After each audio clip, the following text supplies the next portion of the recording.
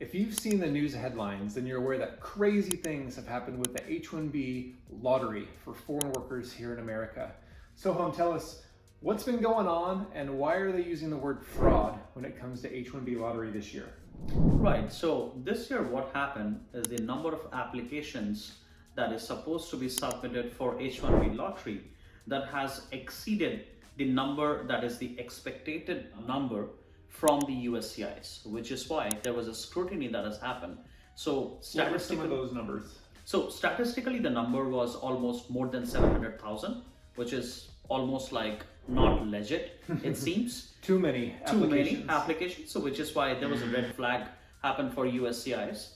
They did their own investigation, they did their own due diligence as well as scrutiny. And after that, there were a number of applications being cancelled. I would say more than 500,000 applications being cancelled because of the duplication of that. That's more than 2/3 of them being canceled. Yes. Wow. So why is it duplicated? What does that mean? That actually means that for one particular applicant, there are like more than one application that has been submitted for the USCIS, which is what also generated as the number increased exponentially rather than being as a 200,000 application or 250,000 application. It actually went ahead with the 700,000 application. Like tripled or quadrupled, yeah, in huge numbers. And still a lot of people that applied didn't get picked up. That's correct. That were hoping to get an H-1B. And so that's what sent up a lot of the red flags with the government, USCIS, and all that, and all the companies trying to get their employees a longer-term work visa, correct? That is correct. Fun stuff, my friends. We're going to talk more about H-1B, fraud, and things to know coming up. Hey friends, welcome to Chine Coaching. I'm Rob, and at Chine Coaching, we're all about helping you succeed in your cross-cultural journeys, especially with study abroad, visas and immigration, and especially working as a foreigner in places like in America and work visas. And so in this video, we're going to talk about H-1B, talking about the recent fraud that's been happening in the lottery, upcoming things that are coming to hopefully fix and help change that. And we've got our good buddy Soham here, who's had his own unique journeys in the H-1B lottery process, and knows a lot of insights about some of the things that have been happening. And so Soham, introduce yourself. Thank you. Hi everybody, this is Soham. I have done my master's in marketing from University of Texas at Dallas. After that, I have started my journey of my employment in 2020, and since then I have been working as a full-time. Right now I'm working as a manager in cloud engineering at CVS Health, so that's my workplace. And also, for the H-1B details, we'll be talking to you. Yeah, and where are you from? I'm from actually West Bengal, Kolkata, so that's my born and brought up place. That's a beautiful place. Awesome. So make sure you stay tuned to the very end because we're going to give you some special tips for H-1B seekers, so you're not going to want to miss that. But first, let's break down here again, maybe for new viewers or new students, what is the H-1B lottery and how does it work? Right, so H-1B lottery is also known as work visa application. So when as a foreign applicants, when we come to this country for our master's course or for any of the course that we wanted to study, whether it's STEM or the non-STEM, we always try to seek for the visa sponsorship, which is also called as work visa, which has also been named as H-1B. For this, we will be having a conversation with our organization if they can sponsor us, so which means there will be an application on behalf of you from the organization to the USCIS, making sure that you don't have to be in the student visa, you'll be in the work visa. So for first 3 years, you will be having for the first 3 and then the extension of the first 3. So that's what it is. So lottery will always happen in the month of March. And spring. Yes. And springtime in America. Springtime, yes. Yeah. So in the month of March. So by 31st of March, the entire results will be out and you'll be knowing if in your application have been picked up in your lottery or not. Yeah. And for people on an F1 student visa, usually they'll get, 2, maybe 3 chances, right? That is correct. To apply for the lottery? Yes. So that actually depends on that what kind of visa that you are in as an F1 student. If you are in non-STEM background, you will be having only 1 chance because that's like 12 months of an OPT period. But if you're from STEM background, you will be having 3 chances, which means 36 months of a time period. And in that, as many as number of windows that USCIS opens for that, you will get the opportunity for that. Yeah. And there's some unique nuances with H-1B. There's cap and no cap. So the one most people know about is the cap, where there's a limited cap or capacity. Correct. There's also no cap. There's other types of jobs that don't have limits. And also it's based on countries. Certain countries have more H-1B opportunities than other countries. All that information can be found online. So make sure that you understand your unique situation with the H-1B visa opportunities to have extended work as a non-immigrant work visa here in America. That's right. So one thing that's kind of brought into the news and the challenges with the H-1B and the kind of so-called fraud is the impact of the consultancies here in America. Consultancies have their pros and cons. So kind of explain the role of the consultancies, especially with international students, but also maybe the impact that's had, especially with the H-1B this year. Sure, absolutely. So consultancies will have their good impact as well as their own cons. So which means that, let's say that after your graduation period, we always get 60 to 90 days of a grace period to search for, or to land on with a job. But under any circumstances, unfortunately, if you're not landing on a job, consultancies are the best ways to stop your clock, legally to stop your clock, so that they will also help you to project yourself in the market in a better way, and they will definitely land on with the project with the client, so that you can work with, you can learn from it, and then eventually going forward, you can definitely turn into a full-time job. So the consultancies also will provide you with the guidance that how exactly you can prepare yourself with the interviews, how you can prepare yourself with the system, or how you can prepare yourself also with the environment as the probabilities that you can see in the organizations. And a lot of the big major tech companies in America do hire a lot of employees as contract workers from these consultancies. That's correct. With all this demand, that's how they fill a lot of the workloads. Yes. Here in America. That's correct. Yes.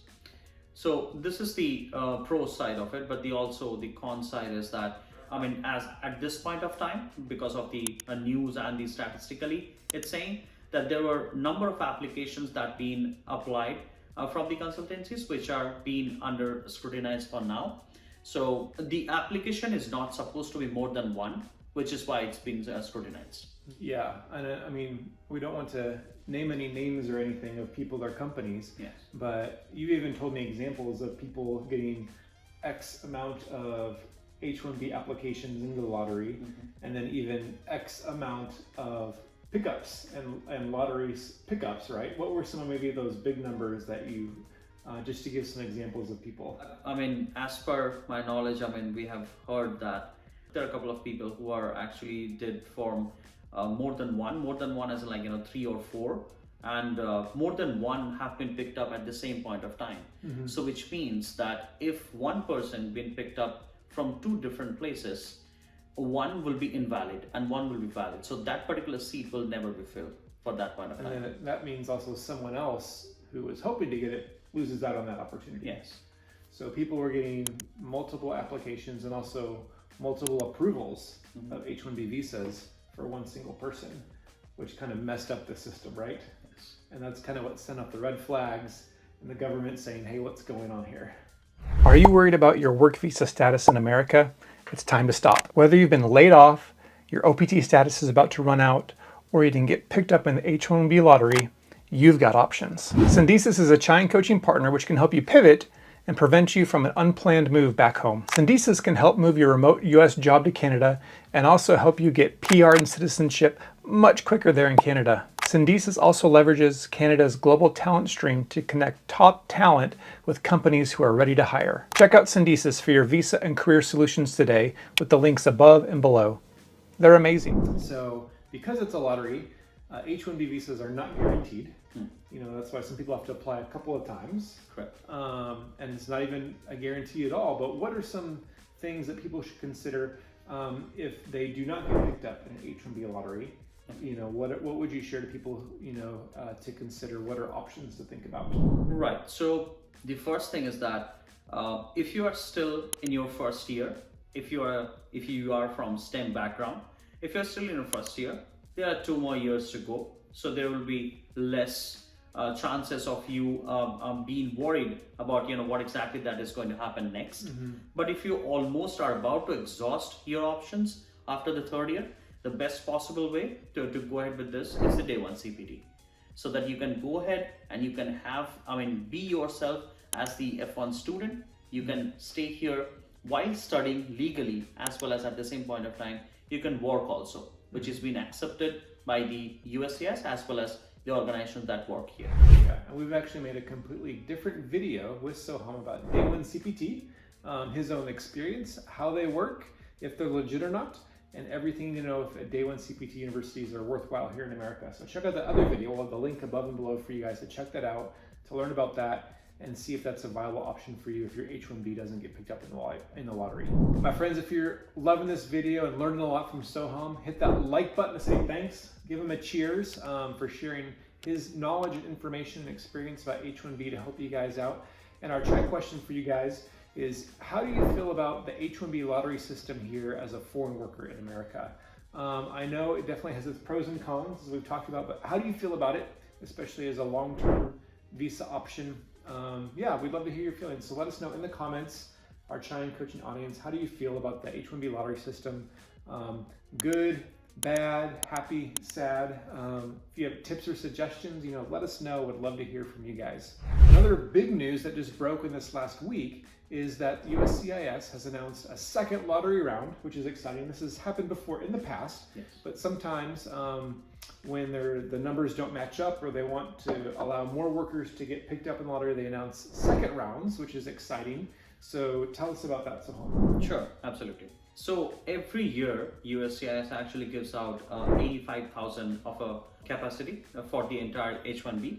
Sometime it so happens that for the first round, after the first round of lottery, and the application's been picked up, they definitely do their own due diligence, they do their own scrutiny.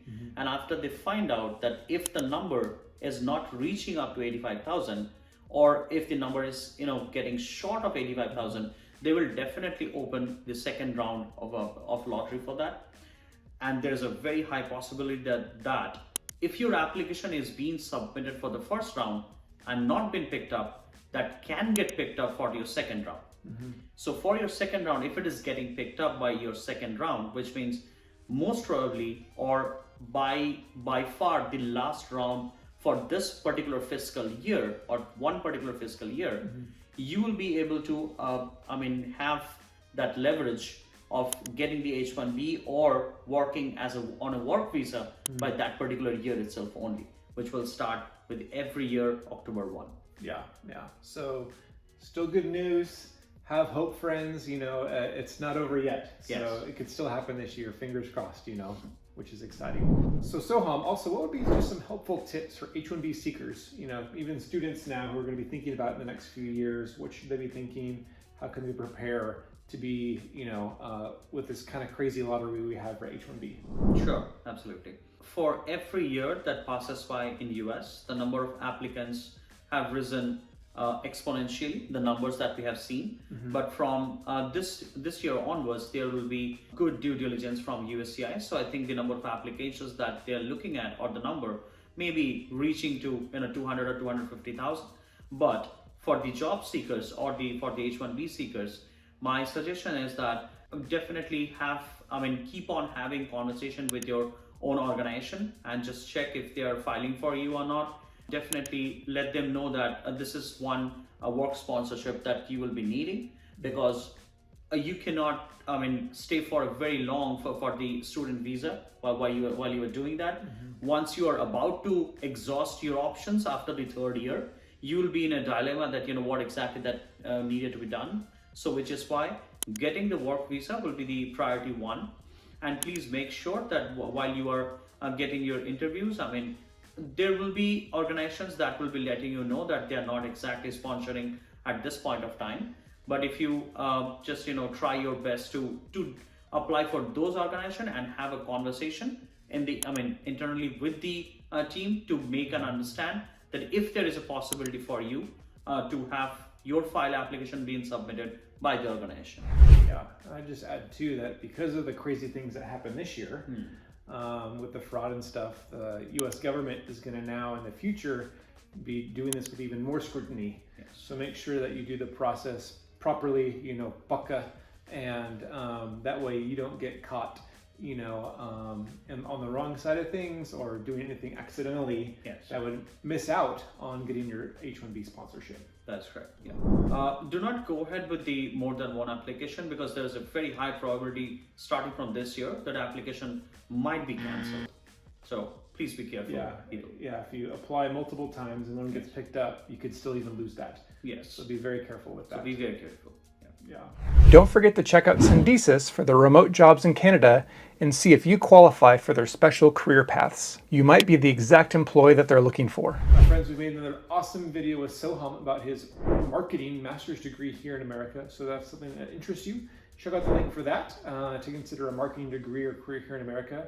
And Soham, thanks so much for sharing, buddy. I know H-1B is a, emotional, tricky process here in America, and we're just trying to update people what's going on. So I really appreciate you sharing about that. Thank you very much. It's a pleasure. Yes. Hopefully this was helpful, my friends. Again, let us know any H-1B or visa questions you have in the comments. Be sure to connect with us online as well, social media like Instagram and LinkedIn for other great tips and resources. We have our awesome Chine Coaching Weekly e-newsletter as well, which adds a lot of value to you in your journey. We're so thankful that you're here tuning in. We love having you being part of the Chine Coaching community. We'll see you guys next time. Cheers. Cheers. Good luck.